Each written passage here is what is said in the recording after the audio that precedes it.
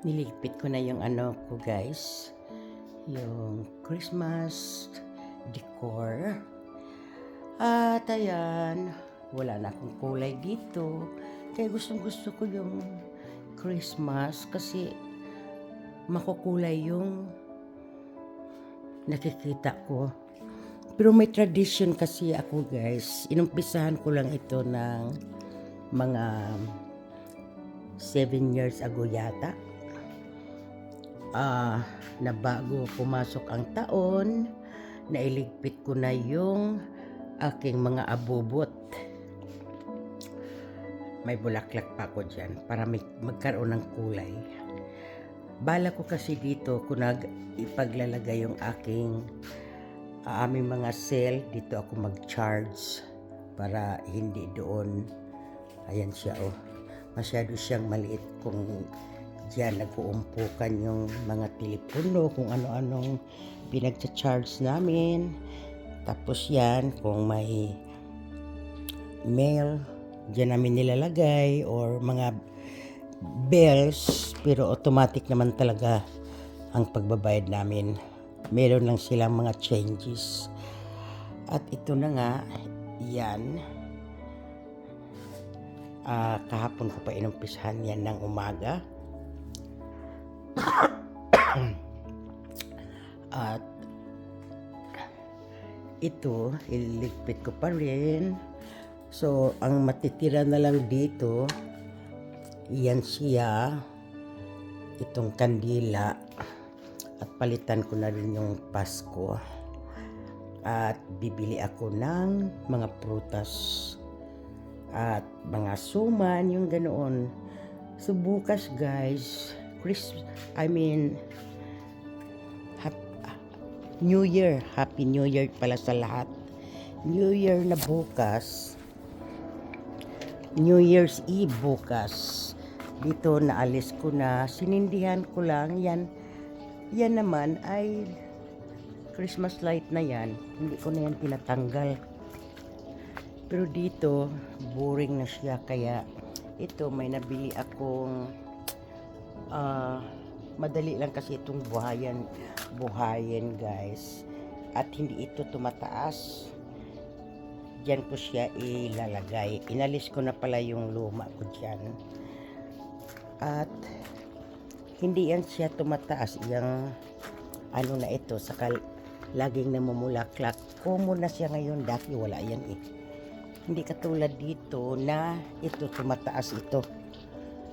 So marami na akong pinagbubunot dyan dahil nga nagiging bushy. Buti nga ngayon guys, may ano siya o may bulaklak o.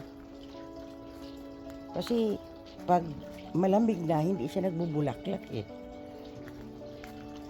At yung ano ko, hindi siya, yung pangalan nito, hindi siya naging successful. Ito yung sibuyas ko guys. Ewan ko ba anong problema dyan. Baka kulang talaga sa init. Sa initan yata talaga ito eh. Kasi yan, dito ko siya nilagay para madali lang siyang kunin. At tatalbusan ko pa ito. Ito yung pichay yata yan. Tapos yung sili ko rin guys, kahit namumunga siya, malungkot din siya kasi nga hindi na nga mainit, malamig na. At pati yung aking alugbate namumulaklak na, hindi man lang nagulayan. So kailangan lang talaga ng alaga, napabayaan ko lang.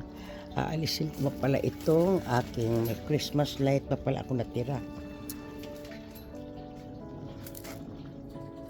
Nahinto ako guys, yung anak ko lumabas. At ito ang sitwasyon dito sa aking grapes.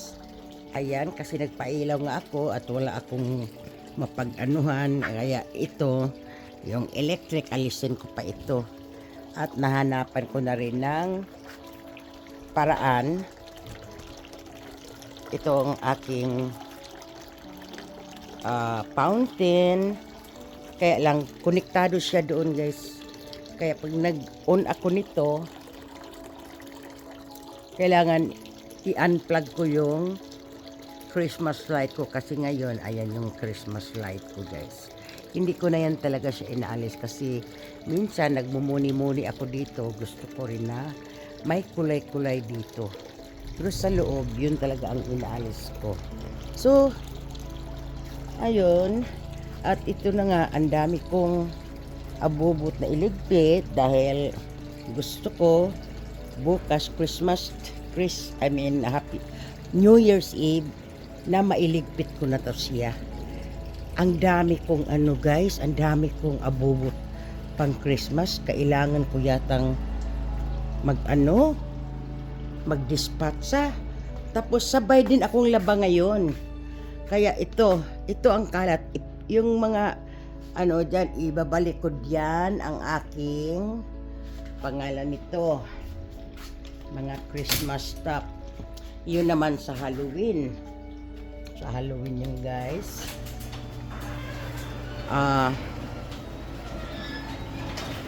Naglalaba ako ngayon. Tapos ito yung sa labasan inalis ko. At ito, may pinagtatapon ako guys. Kailangan ko lang talaga i-organize. At ito yung nutcracker ko doon sa front door ko. Okay guys, dito na lang muna kaya ako magtapos. Happy New Year sa inyong lahat. At magtuloy-tuloy muna ako dito. At meron kami yung gardener. Nagwalis kasi yan sila. Dapat lang dahil ang mahal ng monthly namin dito, no? So ito na ang itsura ng aking yard. Cannot wait for the spring para magbulaklakan na itong mga halaman na ito. Buti nga, yun, may natira pa. At ito naman, Christmas plant ito eh. Tingnan mo, naiinggit talaga ako sa iba na namungingi ang bulaklak. Hindi ako marunong mag-alaga nito guys. Pero kahit paano nagbulaklak siya. Bigay ito ng aking friend na si Delia. Thanks, Del. So ayan na yung model, Christmas plant. At meron doon, hindi lang siya namulaklak. Ito yun siya guys. Oh. May isa pala siya. May isa siyang bulaklak. Ayan siya guys. Oh. Tapos ito, ayan. Ito yung puti na bulaklak na angel trumpet. Dito ko na lang siya nilagay. At ito guys, ipagtatanim ko na mga yan. Kaya until next time and Happy New Year sa lahat. Happy New Year at ako'y magbisi-bisihan muna.